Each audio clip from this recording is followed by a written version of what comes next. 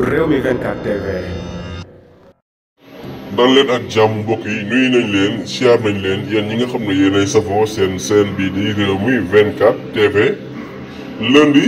13 mars 2023 ay kàddu yu jub ne kii di président Ousmane Sonko buñ ko yóbboo procès mu tombe ak li nga xam ne moo di weeru koor gi bu kenn woor ndax loolee jihaad la ci yoonu lislaam ku yëkkati yooyu kàddu Serigne Modou Astou Mbacké nekk foofu ci Touba Mbacké moom mooy xamle ne lii di procès bi te bu tombee ak weeru koor bu kenn woor ndax lan mun a défendre li kii di leaderu Pastef bi di président Ousmane Sonko waaye wax jooju ñu bari ci Sénégal ya ña ngay naqarlu di wax ne loolee waru koo wax waaye ñu bari tamit ci Sénégal yi ña nga naan loolu lu mën a nekk ndax lii di lislaam daal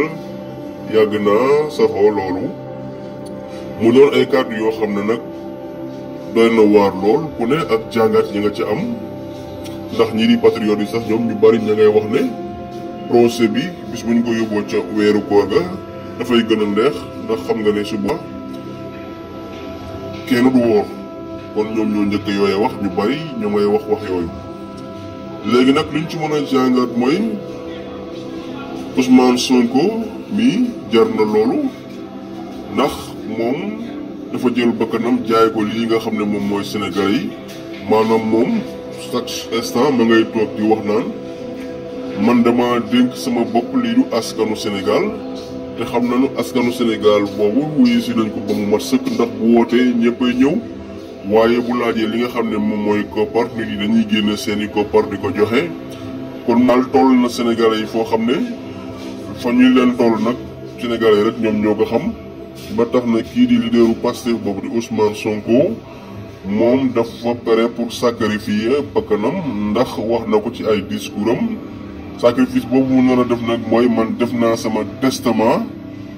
taxaw di xaar Macky Sall lii mu nar a def bu fekkee daf ma nar a xañ ma bokk ci ay élection wala bu fekkee moom dafa nar a forcer troisième candidature am fii ñun Sénégalais yi jaay nañ ko suñuy bakkan wax jooju jur polémique bu bari ci réew mi ñu bari sax ña ngay jabolise di ko xamal na nga daal yekkatu fit nga ne ndax yow heure boo génnee rek da ngay appeler jeune bi pour que ñu ñëw défendre la waaye kii di Ousmane Sonko moom koo xam ne intérêt personnel taxul moom muy ñor di loolee ndax intérêt général moom lay xëcci maanaam mooy dafa bëgg a jëlee réew mi ci 1960 ba mu amee indépendance ba léegi bépp président boo xam ne mos nga fee jaar bépp liggéey boo mos a def rek kii ñii di Sénégalais yi boo leen laajee dañ naan réew mii di Sénégal mosuñ cee gis suñu bopp amul benn président boo xam ne mos naa ñëw liggéey fi liggéey boo xam ne jeunesse bi ñëpp dal nañ ci gis seen bopp wala population bi yëpp gis seen bopp kii di Ousmane Sonko nag ay discours am ya muy def di wax joo xam ne dafay jógee ci xol waaye dafay tàbbiwaat ci biir xol ba ñu bari ci sëriñ si ak ndaw ñi ak mag ñi ñëpp mab wutali ko di ko wax ku sell kii bu waxee ñëpp yuuxu bu doxee ñëpp topp ko boobee jamono waa état bi ñoom ñoo ngi koy xeex ngir rek bëgg a dakkal loolee ba fu mu génn ñu ngi yebal police ak gendarmerie ñu koy kar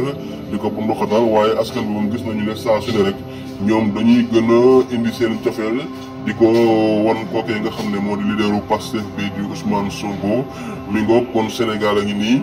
di ñaan jàmm yàlla na jàmm yàgg procès bii nga xam ne le 16 mars bii la tey jii nag le 13 ñi ngi ñaan le 16 yàlla na yàlla def jàmm ci réew mi mu dem ci jàmm ñëwaat ci jàmm jaa ngeen jëf mbokk yi